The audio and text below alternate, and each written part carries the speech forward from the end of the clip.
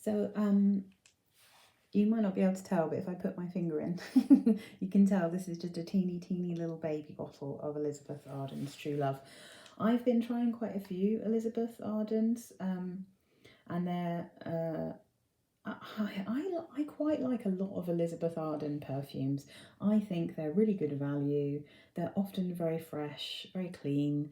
I haven't tried necessarily the really traditional like ones that I think are quite strong, but the ones that are known to be quite fresh and light, I normally quite like them. So this one's True Love. I mean, it's got 2 rings on it, so I'm thinking this was very specifically designed for like a wedding perfume, which I find quite interesting. I have feelings about this one, and it's odd because I've read lots of reviews about this, and I think I've come to a conclusion. So lots of people really don't like this in the start, and I think this is a classic example of an older perfume that's been around for a while, where when you first spray it, you shouldn't smell it. You should let it dry down and let it develop before you start sniffing your arm, because I think a lot of these older perfumes, they are harsh as hell when you first spray them. They don't turn into what they truly are. You know, it's a bit of a ugly duckling that then turns into a swan situation, I think, with a lot of these guys.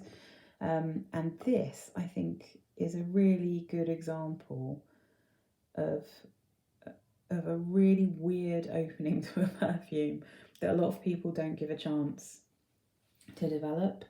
So firstly, I'm going to read you these notes. Okay, so top notes are apricot, peach, freesia and green notes. The middle notes are iris, rose, orris root, heliotrope, lily of the valley and jasmine. And the base notes are sandalwood, vanilla, amber and cedar. So I did what I'm doing for most of these older perfumes, and I'm putting them on a stick the night before I review them. So they have plenty of time to dry down, because I also find that often they take longer to dry down on the card than they do skin. So this little baby, which I think I might have to get a full-size version of. I think I'm going to have to after payday next month. But if you are British, you are going to know exactly what I'm talking about, probably, depending on your age. Maybe if you're very young, you might not know what I'm talking about. But when you first spray True Love, it smells like the Sweets pear drops. Now, those are a very artificial pear flavour that's kind of also quite sour at first. They're very sweet, they're very sour, they're quite sherbety. So it's basically like an artificial sherbety pear smell. And when you first spray, or I mean in this point, you know, dab, you get the apricot and the peach mixed in with the florals and the green notes. And I think it smells exactly like pear drops. And I was quite excited about that because I love pear drops, and I also really like sherbety smells. So it didn't bother me, but when I read people's reviews of this, I think a lot of people hate that smell. And that's why they don't like this perfume, because it does smell. Yep, it's got... And the other thing is, I always used to think that a lot of nail varnishes and sometimes nail polish remover smells weirdly like pear drops. Even sometimes petrol-y, like it's a really weird smell, but it's one that I find really charming just because I really loved pear drops when I was a kid. But yeah, I can see what... So when people say it smells like hairspray, I think actually it smells like old-fashioned nail polish remover, and it has that weird pear droppy smell that's like weird alcohol-y nail polish and nail polish remover sometimes had, but it's very sweet at the same time. So it's sweet in a fruity way, but the peach and apricot is definitely odd.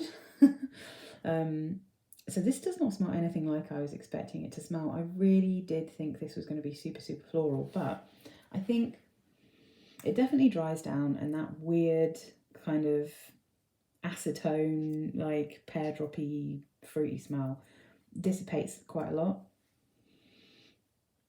And you do get left with a slightly floral, ever so slightly sweet, slightly powdery, like smell with a tiny touch of fruitiness. And it's weird. This one's really hard to explain because I don't think this smells like anything I've smelt before, and I do quite like it. I think I would wear this. I don't even mind the weird top notes being super, super weird and pear droppy. I don't mind that. And I think it calms down into something that's quite interesting, quite nice. And it's also really cheap. I mean, I think this was like £2 or something, this little tiny tester. And then I think you can get a 100ml bottle of this in some places for about a tenner. So again, really cheap. I don't know if I'd call this a skin scent. Maybe it is. I think because it doesn't bear any resemblance to anything that you would say was like clean laundry or soap or anything like that. Because some people say this is soapy, but I don't know what kind of soaps they have. But I don't find this soapy. Maybe a bit more shampooey. Maybe if you had like a kind of fruity floral shampoo. So maybe this falls into that kind of category.